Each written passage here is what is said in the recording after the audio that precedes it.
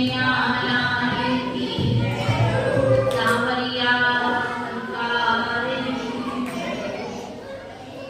तो इस कथा में के अंत में जब भक्ति ने प्रवेश कर लिया उस कथा में, ज्ञान और वैराग्य क्या हो गए, चैतन्य अवस्था में आ गए।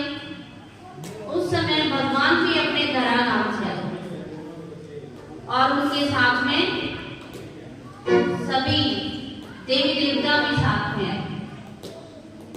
तब भगवान ने कहा कि तुम वरदान मांगो, क्योंकि भगवान का आना कभी भी बैठ नहीं गया, कुछ ना कुछ दे के ही गए। आपने सुना होगा कर्ण का जन्म कैसे हुआ था। कुंती ने दुर्वासा ऋषि की सेवा की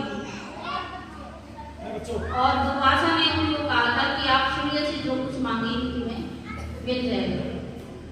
तो वो दुर्वासा ऋषि को परखना चाहती थी, तो परखना चाहती थी, उन्होंने बुला लिया।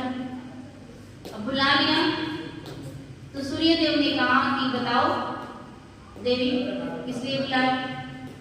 तो उन्होंने कहा कि मेरे को तो उन्होंने वरदान दिया था इसलिए बुला कर। बोला खाली तो नहीं जाऊंगा, मैं लेके जाऊंगा। तो उन्होंने कान के द्वारा कर्ण को प्रदान किया। तो किसी भी देवी देवता का यानी कि ग्रह नक्षत्रों का ही जब खाली नहीं जाते, भगवान का खाली जाएंगे। तो भगवान ने सभी भक्तों को कहा, नारद जी थे, सतकानी चारों कुमार थे, सुखदेव जी आए थे वहां पे।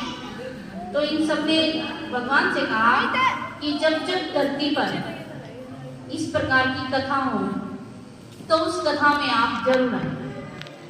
तो भगवान ने कहा तथास्तु। तो ये कथा चल रही है, कब भगवान आके चले जाए कुछ नहीं पता। तो जब तक कथा चले हम भगवान के महावाक्यों को सुनते रहें। जैसे किसी की महिमा का वर्णन करेंगे तभी तो कोई चीज पसंद आएगी ना, नहीं तो पसंद नहीं आएगी। अब दुकानदार कितने कपड़े दिखाएगा आपको, फिर कहेगा ये बहुत अच्छा है, ये अच्छा है, ये अच्छा है, तब जाके हम एक या दो लेंगे। तो ये भगवान का घर भी एक क्या है, दुकान की तरह से है। तो इसमें ज्ञान के मोती हैं, क्या पता किसको कौन सा मोती पसंद आ जाए और आप ले जाओ उसको, जिससे हमारा तीसरा नेत्र खुल जाए ज्ञान का। कुछ नहीं पता, मेरा अपना नाम खुले, किसी और का खुल जाए।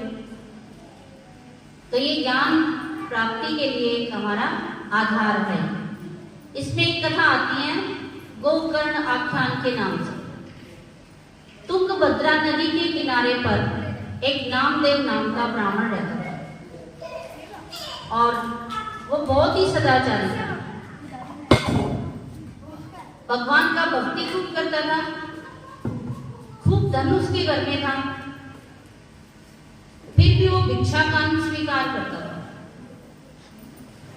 और किसी प्रकार का कोई अहंकार नहीं था। और वो दान भी बहुत करता था। उसकी एक पत्नी थी, उसका नाम धुंधली था। क्या नाम था? धुंधली। नाम ही धुंधली था तो क्या करती हो। लेकिन वो उसके विचार अच्छे नहीं थे, काम तो खूब करती थी, सुंदर भी बहुत थी। लेकिन जब तक पूरा दिन में एक दो बार इधर उधर की बात ना कर ले, बुराई ना कर ले, किसी की चुगली ना कर ले, तब तक उसका दिल लगता नहीं था किसी काम में। और वो अपनी मस्ती में मस्त रहती। कई कहते हैं ना, मस्त रहे मस्ती में, आग लगे चाहे बस्ती में, उन्हें किसी से कोई मतलब नहीं। जंतु घर में ही था, सब कुछ था, वो अपना आराम से जिंदगी काटती थी। बहुत वर्ष बीत गए, उनकी कोई संतान नहीं थी। खूब दान पुण्य करके देख लिया, और तो उनके घर में गाय थी, गाय के भी कभी बछड़ा या बछड़ी कुछ नहीं। तो उसको तो इतनी महसूसता नहीं थी, लेकिन नामदेव को बहुत चिंता हो गई।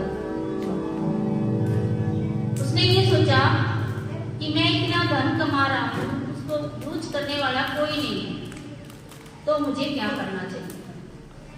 न पुत्रो ना पीवा पुत्री, न बेटा है न बेटी। तो वो निकल लिया घर से, जाकर के एक तालाब के किनारे पर बैठ गया। नदी का भी किनारा हुआ, तालाब का भी किनारा हुआ, तो वहां बैठ जाता है। वहां से एक संत जा रहा होता है, तो संत ने उसको देखा कि एक ब्राह्मण देवता बैठे हुए हैं और रो रहे हैं। क्या कर रहे हैं वो? रो रहे हैं। तो सन्यासी कहते हैं उनको, कथम रोदसी विप्रा, हे विप्र तू क्यों रो रहा है? ब्राह्मण, तू रो क्या रहा है? तो काते चिंता बलियसी, तेरे को कौन सी चिंता लगी हुई है? वद तम सत्वरम, तू शीघ्रता से मुझे बता दे, स्वस्य दुखस्य कारण, कि तू किस कारण से दुखी। तो सन्यासी कहते हैं, सन्यासी को ब्राह्मण कहता है, दिक जीवितम, मेरा जीवन क्या है? बेकार। क्यों बेकार है? प्रजाहीन, मेरे घर में प्रजा नहीं है। अब कोई राजा और उसके पास प्रजा नहीं, तो किस पे राज करेगा? खाली सरपंच हो, गांव में कोई और हो नहीं, तो सरपंच क्या करेगा इसमें? नहीं। तो दीक जीवनम प्रजाहीनम, तो जो राजा है उसके पास प्रजा नहीं। दीक ग्रहम प्रजाम बिना, ऐसे ही घर में यदि संतान नहीं है तो उसका जीवन भी बेकार है। दिक धनम चनपत्तस्य, जिसके संतान नहीं है उसका भी धन क्या काम आएगा? दिक कुलम संतति बिना, और संतान नहीं है, मेरा कुल तो क्या हो गया? धिक्कार। क्यों धिक्कार हो गया भाई? सन्यासी पूछता है, ऐसी क्या बात हो गई? क्या सबके संतान होते हैं? वो कहता है कि मेरे तो पितरों भी क्या है, रो रो के अंजलि लेते हैं मेरे से। कि ब्रह्मणी ऋषि, हे ऋषि में क्या कहूँ? दुखम पूर्व पापेन संचितम, हो सकता है मेरे पूर्व जन्म के कोई पाप हो। मदिया पूर्वजा तोयम कवोष्णम उद्भुंजते, मेरे तो पूर्वज भी, मैं देखता हूँ तो ठंडा जल को गर्म करके लेते हैं। कई बार नहीं कह रहे हम, कोई भी तो दोष होगा, हो सकता है। आप किसी से पूछ लो क्यों संतान नहीं होगी, क्यों किसी कारण से दुखी हो, तो हम हर जगह पूछते हैं, लेकिन इसने अपना सारा प्रयास कर लिया था। तो ब्राह्मण देवता ने कहा कि संतान होना, तो किस लिए संतान चाहिए तेरे को? बोला मेरा नाम होगा, नाम के लिए करते हैं। वो क्या करते हैं? नाम रह जाएगा, बेटी हो जाए, बेटा हो जाए, तो सोचेंगे मेरा नाम रह जाएगा। तो नाम के लिए बोला, नाम की तो कोई बड़ी बात नहीं है। बोला मीरा के लिए संतान थी, कबीरदास के संतान थी, और भी कईयों के नाम बनाए, उनका नाम आज भी है संसार में। संतान होना कोई जरूरी नहीं है, तू कर्म कर ऐसा जो तेरे को याद करेंगे सभी। फिर उसने इस बात को माना नहीं। और सन्यासी कहता है, भाई सच्चाई बता दो। बोला मेरे 7 जन्म तक संतान नहीं है, मैंने तेरे मस्तक की रेखाएं देख के ध्यान करके बता दिया। बोला जबरदस्ती मत कर, जबरदस्ती करेगा तो पहले भी कईयों ने दुख पाया है, तो तू भी दुखी हो। तू राम का नाम ले, अपना जीवन बिता। एक बार की बात है, ऐसे ही एक ब्राह्मण देवता थे, वो चले गए जंगल में, दुखी हो गए। तो वहां एक सन्यासी मिल गया उनको, उसको काफी समझाया। बोला मेरे को तो धन चाहिए। क्या चाहिए? मेरे घर में खाने के लिए अनाज भी नहीं है, मेरे को तो धन चाहिए। तो सन्यासी ने कहा, भाई ले जा, जितना धन चाहिए ले जा, सोना ले जा, चांदी ले जा, घर ले जा, तो तुझे चाहिए ले जा। एक पत्थर दे दिया, यो पत्थर ले जा, जो मांगेगा वो मिलेगा। फिर वो बोला कि इससे भी ऊंचा कुछ है? बोला हाँ है। उन्हें ये सोचा कि मतलब वो है ज्ञान। ज्ञान और समझ से कहते हैं ज्ञानी कटे ज्ञान से और अज्ञानी रोके। समय तो कटेगा लेकिन किसी का रोके किसी का हंस के, किसी का ज्ञान से किसी का रोके। अब दुख तो मिला हुआ है, हाय हाय कर लेंगे तो क्या हो जाएगा, और उसको शांति से समय बिता लेंगे तो क्या हो जाएगा। लेकिन यहाँ ब्राह्मण देवता ने कहा कि मैं अब तुम्हारे सामने ही अपने प्राण दूंगा, मुझे तो संतान चाहिए। वो कहता है विवेकेन भवेत् किम, ज्ञान से क्या होगा। मैं पुत्रम देहि बलादपि, मुझे तो जबरदस्ती पुत्र दे। नो चेत नहीं तो त्यजामि हम प्राणा, मैं अभी प्राणों को क्या करूंगा, तेरे सामने ही छोड़ दूंगा। शोक मूर्छित, शोक से मूर्छित होकर। तुमने काफी समझाया लेकिन वो माना नहीं।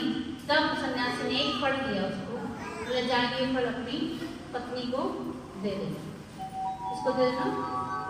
और वो क्या करे इस फल को खा करके, सत्यम सोचम दयादानम एक भक्तम तु भोजनम, सच बोले, पवित्रता पूर्वक जीवन बिताए, दया करे, दान करे और एक भक्त भोजनम, एक ही समय भोजन करे। वर्षा अवधि स्त्रिया कार्यम तेन पुत्रो अति निर्मल, इससे तेरे को निर्मल पुत्र की प्राप्ति हो। तो वो तो आ गया घर लेके फल और अपनी पत्नी को बोला कि तू ये फल खा ले, अपने घर में संतान हो जाए। बोलिए कृष्ण कन्हैया लाल, सांवरिया सरकार। परंतु उसकी जो पत्नी थी वो थोड़ी सी हठी थी, जिद्दी थी। बोली रख दो यहाँ, मैं अपने आप खा लूंगी। बोला ठीक है। अब उसने विचार किया, उसके विचार पता नहीं कहां कहां चले गए कि यदि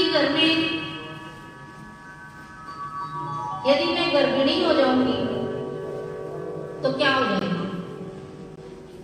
एक तो ये यूं कह रहा है कि सच बोल, मैं तो सच बोलूंगी नहीं, मैं तो इधर उधर की बात करे बगैर रह नहीं सकती, दान दक्षिणा दे दूंगी कोई बात नहीं। दूसरा ये कह रहा है एक समय भोजन करना, वो मेरे से नहीं होगा। और गर्भावस्था में मैं कुछ खा सकूंगी नहीं, पी सकूंगी नहीं, कहीं जा नहीं सकूंगी। और जब संतान उत्पत्ति होगी उसका कष्ट भी मुझे सहना पड़ेगा, और बाद में उस बच्चे की पालन पोषण करने में भी क्या होगा, मेरे को बड़ा कष्ट उठाना पड़ेगा। घर में और कोई है भी नहीं, और मैं चारपाई पे होंगी, उस समय मेरी ननद आएगी, सारा सामान उतार के ले जाएगी, वो छोड़ेगी नहीं, आएगी तो कुछ। तो मैं तो ये फल खाना ही नहीं चाहता। इससे अच्छा तो जिसके संतान नहीं होती वो सुखी है। तो ये मान करके उसने फल खाया नहीं। फिर उसने सोचा कि कभी गांव में आग लगी कहीं तो मैं भाग भी नहीं सकूंगी, ऐसी कोई परिस्थिति आ जाए तो मेरा तो जीवन, मैं तो क्या हो जाऊंगी, मर ही जाऊंगी, तो मैं तो ये फल खाऊंगी नहीं। उसने कर दिया मना अपने मन में, और ब्राह्मण देवता को बताया नहीं। फिर उसकी सहेली आ जाती है, वो अपनी सहेली को सारी बात बताती है। तो उसकी सहेली क्या कहती है, सहेली कहती है कि मेरी बात सुन, मेरा पति है लालची, मैं गर्भवती हूँ, मेरे संतान होगी तो मैं मेरी संतान तुझे दे दूंगी, और तू ऐसा माहौल बना के रख कि तेरे संतान होने वाली है। आप समझ गए होंगे। तो बोले ठीक है, और बोले ये फल है ना, उस सन्यासी को बिचासने के लिए उसकी बेटी ठीक है या खराब है, गाय को खिला दे। तो उसने वो फल किसको दे दिया, गाय को खिला दिया, और खुद ने कहा कि हमारे यहाँ संतान होगी। जब उसके संतान हुई तो उसने उसके पति को, धुंधली ने अपनी सहेली के पति को क्या दे दिया, पैसा दे दिया, और वो बच्चा इनके यहाँ आ गया और खुशियां मनाई गई। और उधर उन्होंने कह दिया कि बच्चा पैदा हुआ था, हमारा बच्चा मर गया। तो तो इस राज को उस ब्राह्मण को तो पता चला ही नहीं, और सबने बताया जाकर के ब्राह्मण को कि आपके यहाँ क्या हुआ है, पुत्र पैदा हुआ। थोड़े ही समय में उसके भी संतान होगी, गाय के भी एक ऐसा बच्चा पैदा हुआ जिसके कान तो गाय जैसे थे और मुंह और सारी चीजें इंसान की तरह थी। फिर उनका नामकरण रखा गया।